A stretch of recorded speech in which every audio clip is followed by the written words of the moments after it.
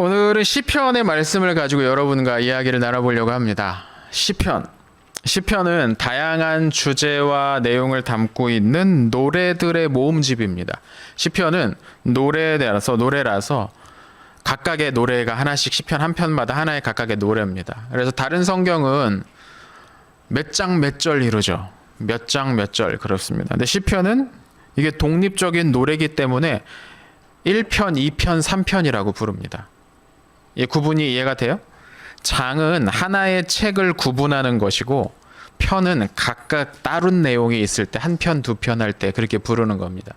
그래서 시편은 독립적인 내용들을 담고 있기 때문에 1편, 2편, 3편 그렇게 부릅니다.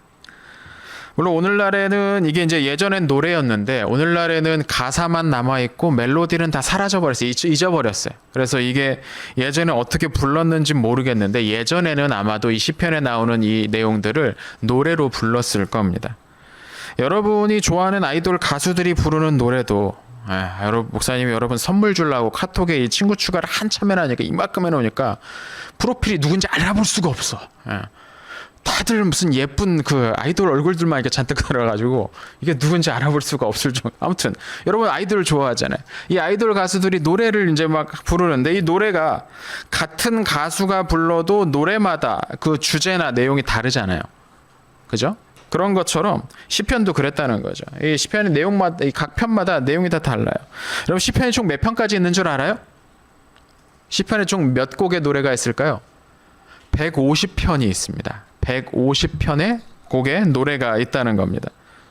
이 노래들은 각각 다 다른 주제를 담고 있죠. 근데 150개의 다른 주제를 다루긴 좀 힘들잖아요. 원래 노래를 해도 이 가수가 부른 거나 저 가수가 부른 거나 다 사랑 이야기 하고 있잖아요. 그것처럼 이 시편도 각각 독립적이긴 한데 서로 비슷한 주제를 노래하는 곡들이 많이 있습니다. 그 대표적으로 가장 자주 노래하는 곡이 어떤 주제였느냐? 바로 예배라는 거였어요. 예배. 시편 150편의 이 150개 노래 중에서 가장 자주 부르는 노래의 주제가 예배였다는 겁니다. 사실 이 시편의 많은 노래들은 예배 때 부르기 위해서 만들어진 것 같습니다. 옛날 이스라엘에서는 예배가 시작되고 끝날 때까지 아마 쉴 새 없이 노래를 불렀던 것 같아요. 우리는 시작할 때 노래 3곡 부르잖아요.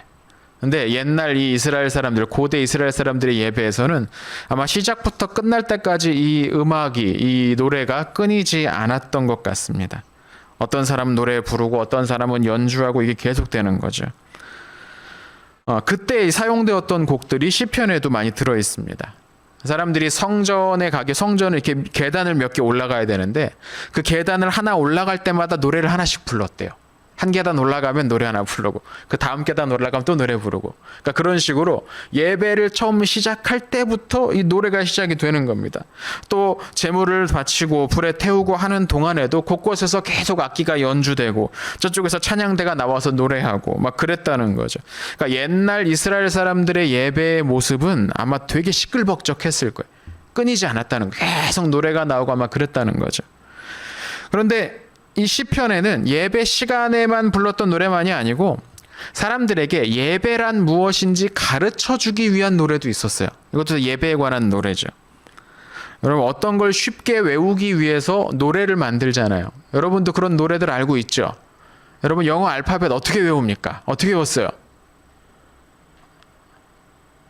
어떻게 못 외웠니 아직? 아직 못 외웠니? A, B, C, D, E, F 이거 어떻게 외웠어요? 노래로 외웠잖아요. 우리 어렸을 때. 나도 알아. A, B, C, D, E, F G 이렇게 외우잖아요. 그죠? 안 외웠니? 나 너무 옛날 사람인가? 요새는 다른 곡인가? 또 여러분 성경 목록 다 외웁니까? 창세기부터 요한계시록까지 66권의 목록 다 외우나요? 못 외우니까? 한번 외우게 해야겠다. 자, 한번 해야겠다. VF 미션으로 이거 다 부르게 한번 해야겠다. 이 성경 창세기부터 요한계시록까지 66권의 그 이름을 외우는 것도 노래로 외울 수 있습니다. 목사님 아주 어렸을 때 기억이 나요. 창세기, 출애굽기, 레위기, 민수기, 신명기, 여호수아 이런 거 다 안 불러봤니? 요새는 안 부르니 요새? 네. 뭐 이렇게 노래로 외웁니다. 그러면 조금 쉬운 거. 베드로와 안드레, 야고보, 요한 하는 예수님의 12명의 제자들은 어떻게 외웠어요? 안 외웠구나. 그래요. 이것도 노래로 외울 수 있습니다. 베드로와 안드레, 야고보, 요한 뭐 이런 노래들이 있었습니다. 너무 옛날 사람 같다 오늘. 자, 이렇게 우리가 뭔가를 여러분 알 수 있는 거 하나 더 있다. 네. 구구단 어떻게 외웠습니까? 구구단. 그냥 책 보고 외웠어요? 아니죠. 여기 리듬이 들어가죠. 어떤 리듬이 들어갑니까? 이는 사이 삼은 이 리듬이 멜로디가 들어가요. 그렇게 외우면 더 빨리 외울 수 있다는 거죠. 마찬가지예요. 아마 이 예배관에서도 사람들이 잘 외우고 기억할 수 있도록 여기에 멜로디를 붙여가지고 노래로 가르치지 않았나 싶습니다. 오늘 우리가 함께 읽었던 시편 50편이 그런 노래예요. 사람들에게 예배는 어떻게 해야 되는지를 가르쳐주기 위해서 만들고 불렀던 노래라는 거죠. 오늘 함께 읽은 8절부터 15절까지의 내용은 어떻게 하는 것이 바른 예배인가, 그것을 우리에게 가르쳐주고 있습니다. 우리 먼저 8절을 같이 한번 읽어볼게요. 8절입니다. 시작. 나는 내 재물 때문에 너를 책망하지는 아니하리니 내 번제가 항상 내 앞에 있음이로다. 이거 어떻게 멜로디를 붙였을까 궁금한데 아무튼 그런 구절이 있습니다. 이 8절에 한 사람이 등장합니다. 이 한 사람은 지금 겉으로 보기에는 아주 예배를 잘하고 있는 것 같아요. 왜냐면 8절을 보니까 이 사람은 항상 하나님께 드렸대. 번제라는 건 뭐냐면 제물이 되는 가축을 갖다가 이 제물을 다 완전히 제가 될 때까지 끝까지 태워버리는 거예요. 그럼 그때까지 예배 드려 온 사람은 뭐 하겠어요? 그 앞에서 그거 지켜보는 거죠. 그러면 양 한 마리가 불에 완전히 다 타가지고 제가 될 때까지 얼마나 걸릴까요? 꽤 오래 걸립니다. 한 2시간 넘게 걸립니다. 이게 뼈까지 다 제가 되려면 굉장히 오랜 시간이 걸리거든요. 오늘날만 해도 2시간 넘게 걸리니까 옛날엔 더 걸렸겠다. 요새는 가스불로 이렇게 센 걸로 해도 그 정도니까 옛날에는 뭐 모닥불 기껏해야 이렇게 장작 때워서 했을 테니까 훨씬 더 시간이 오래 걸렸겠죠. 자, 그러니까 이 사람이 항상 때마다 번제를 바쳤대요. 그러니까 이 사람은 정말 그 앞에서 그 예배 시간에 그 앞에 참여해가지고 빠지지 않았다는 이야기죠. 이 번제는 왜 드리는 거냐면 하나님이 이 제물 다 태워 드리는 것처럼 저를 하나님께 완전히 바칩니다 라는 그런 의미로 드리는 제사였어요. 그렇게 항상 번제를 열심히 드리는 사람이니까 주변에서 야, 저 사람은 참 경건하네, 야, 저 사람은 하나님 참 열심히 잘 믿는 것 같아, 한 번도 빠지질 않네, 뭐 그렇게 생각을 했겠죠. 하나님도 말씀을 하십니다. 내가 바치는 제물이 문제가 있다는 게 아니다. 너 제사는 참 잘하고 있다. 그럼 뭐가 문제일까요? 9절부터 13절까지를 보면 하나님께서 이렇게 말씀하십니다. 여러분 눈으로 9절부터 13절 같이 따라 보면서 한번 들어보세요. 나는 너희 집에서 소나 염소를 가져갈 필요가 없어. 야, 이 세상에 뭐 있는 모든 가축들이, 산에 있는 새들과 들에 있는 들짐승들이 다 내 건데 내가 뭐하러 너네 집 가서 그걸 가져오겠냐? 그런데 내가 뭐가 부족해서 너한테 그것을 달라고 하겠니? 내가 만약 배가 고파서 죽을 지경이 돼도 야, 내 거 갖다가 먹으면 되지 너한테 먹을 것 갖다가 바치라고 할 필요가 있겠니? 라고 하나님께서 말씀하십니다. 왜 하나님이 이런 말씀을 하셨을까요? 그건 아마도 이 제사를 드렸던, 이 예배에 참여했던 이 사람의 마음속에 잘못된 생각이 있었기 때문이죠. 내가 하나님께 이만큼 해드렸으면 하나님도 잘 좀 해주셔야지 나한테. 나 아니면 누가 하나님께 이렇게 제물을 또 갖다가 바치겠어. 나처럼 성전 예배 부지런히 출석하는 사람이 복 받아야지. 아마 이런 생각이 그 마음 가운데 있지 않았나 싶어요. 내가 하나님께 지금 대단한 것을 드리고 있다고, 나 아니면 이거 할 사람 없다고, 아마 그런 생각이 그 마음에 있었던 것 같아요. 그러니까 이 사람은 겉으로 보기엔 정말 경건하게 예배에 잘 참여하는 사람이었죠. 성전에서 예배가 있으면 이 사람 얼굴이 늘 거기 보였을 겁니다. 아, 저 사람 또 오셨네 하면서 늘 보였을 거예요. 가축도 제물로 많이 바쳤죠. 그런데 이 사람은 그 마음을 하나님께 바치지 않았던 겁니다.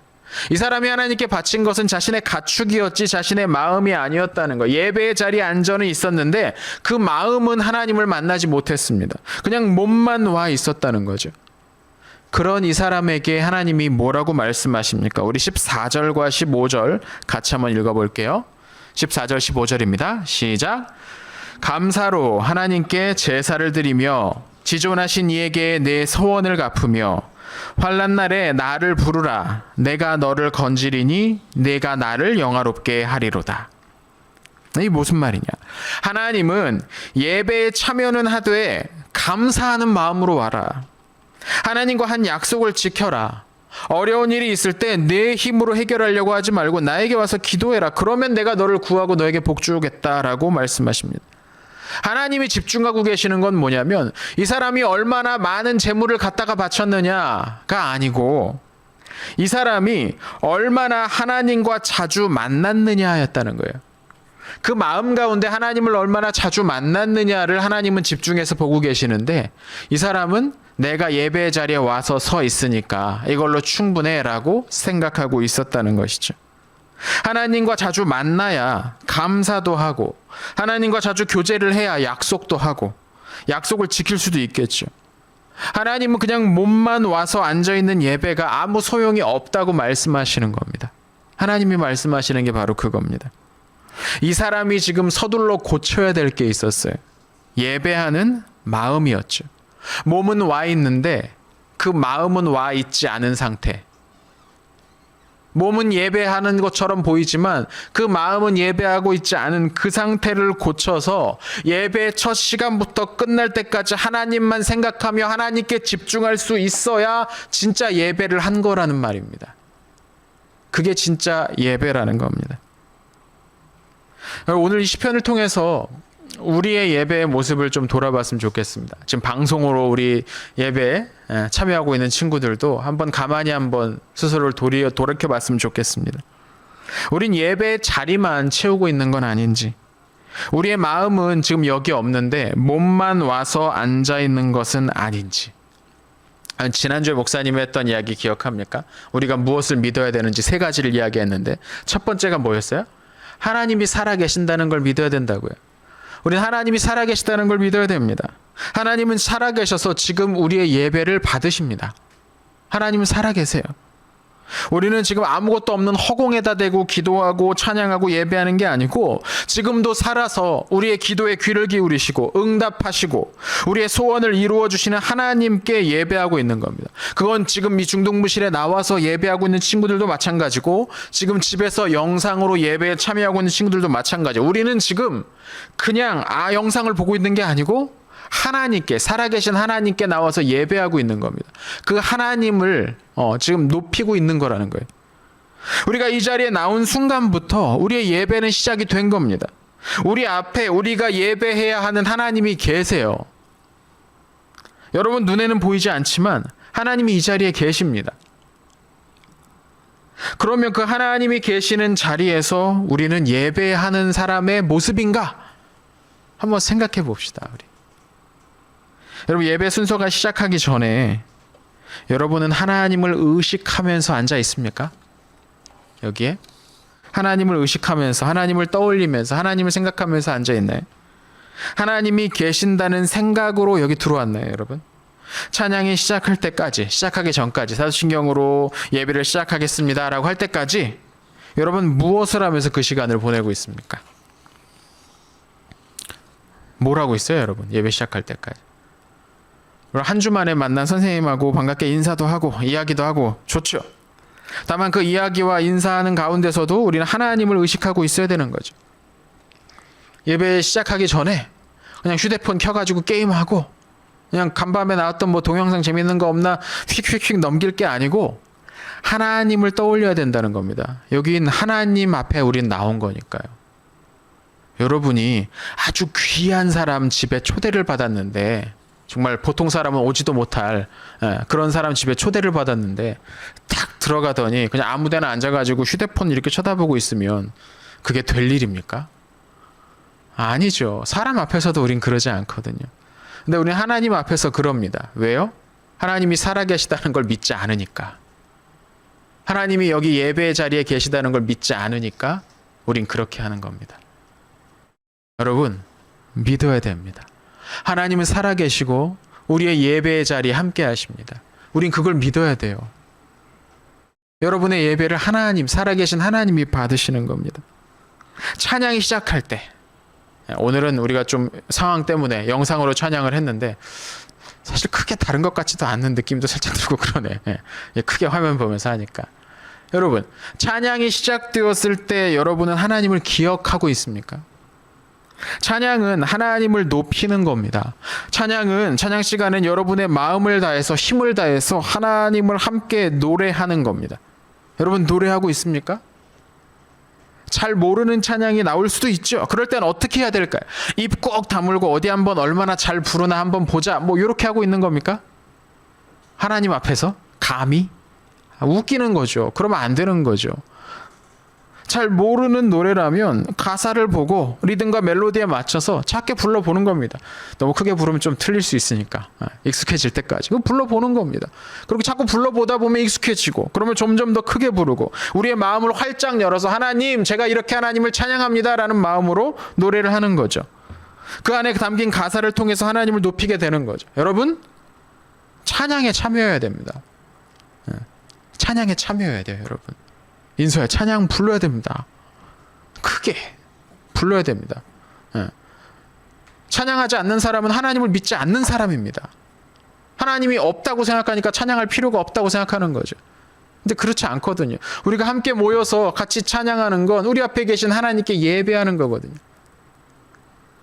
대표로 나와서 누가 나와서 기도할 때 그 사람이 기도하는 그 내용을 나의 기도라고 생각하고 주의 깊게 함께 기도해야 되는 거죠.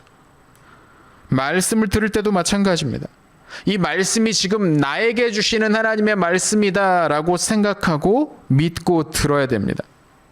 지금 영상으로 참여하는 친구들도 마찬가지입니다. 그냥 화면 앞에 그냥 이러고 앉아있는 게 아니고 지금 머리는 감았나 모르겠어요. 지금 영상 앞에 지금 있는 친구들. 여러분 하나님 앞에 나와서 예배한다는 마음을 가지고 그 앞에 앉아서 예배에 참여해야 되는 거죠. 이 말씀이 지금 나에게 주시는 하나님의 말씀이다라고 믿고 받는 사람에게 하나님의 말씀이 그 삶 깊숙이 들어갑니다.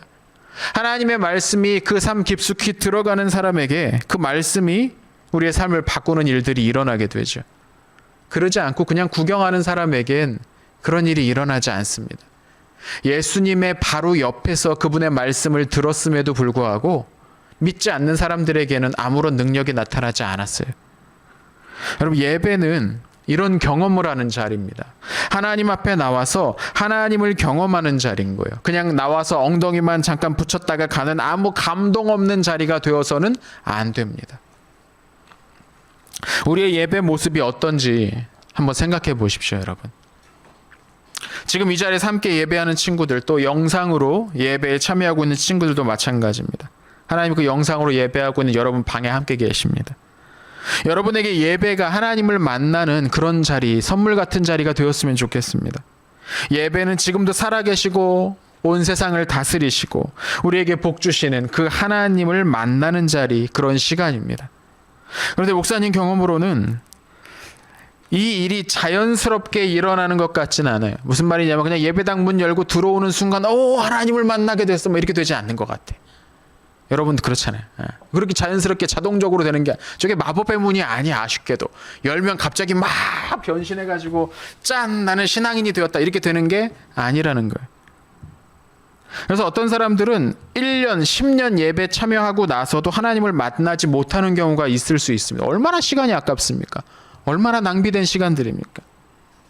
몸은 그 자리에 있는데 그 마음이 하나도 준비되지도 않고 예배를 하나님을 떠올리지 않으며 한다면 그렇게 될 수 있습니다. 그럼 우리 어떻게 해야 될까요? 여러분 한 가지만 이야기합니다. 오늘 한 가지만. 여러분 예배를 위해서 기도해야 됩니다. 예배는 우리가 기도해야 될 매우 중요한 기도 제목입니다. 여러분 예배를 위해서 기도해 봤어요? 예배 시간 나와가지고 기도할 때 기도하는 거 말고 그냥 뭐 이런저런 제목 주면서 이거 기도해 봅시다 하면서 뭐 기도회 때 그렇게 기도하는 거 말고 예배를 위해서, 예배 그 자체를 위해서 기도해 봤습니까? 이 예배를 위해서 하는 기도가 너무 중요합니다. 가만히 앉아서 예배를 떠올리면서 그 천천히 그 순서마다 제가 하나님께 나아갈 수 있게 해주세요. 제가 하나님을 경험할 수 있게 해주세요라고 들어오면 주보를 보고 눈 안 감아도 괜찮아. 보고서 그 순서 하나하나를 생각하면서 예배를 위해서 기도하는 겁니다. 이게 필요합니다, 여러분. 우리의 마음이 이 예배 전에 어떻게 준비되었느냐에 따라서 이 예배가 달라지게 되는 거예요. 준비 없이 와서 시험만 볼래도, 쪽지 시험 하나를 볼래도 집에서 준비하고 오는데, 하나님을 만나기 위해서 아무 준비 없이 그냥 덜컥 앉으면 뭔가 이루어질 거라고 생각하면 뭐 그런 일이 가끔 있을 수 있죠. 정말 가끔 일어날 수는 있는데 보통은 그렇게 일어나지 않는 것 같아요. 코로나19가 좀처럼 해결되지 않으면서 우리가 예배가 얼마나 귀한 일인지 새삼 깨닫게 됩니다. 여러분도 그러고 있는지 모르겠습니다. 우리의 이 예배 시간을 허투루 낭비하지 맙시다, 여러분. 하나님을 만나고 하나님이 주시는 은혜를 경험하는 그런 시간으로 이 예배 시간을 만들었으면 좋겠습니다. 그러면 이 예배가 여러분의 삶을 바꿀 겁니다. 우리 새롭게 이제 내일 모레부터 새롭게 학기가 시작이 될 텐데, 그 학기도 우리가 예배를 통해 하나님을 깊이 경험한다면 두렵지 않습니다. 여러분, 잘 해낼 수 있을 겁니다. 하나님이 여러분과 이번 한 주도 함께 하실 겁니다. 아멘.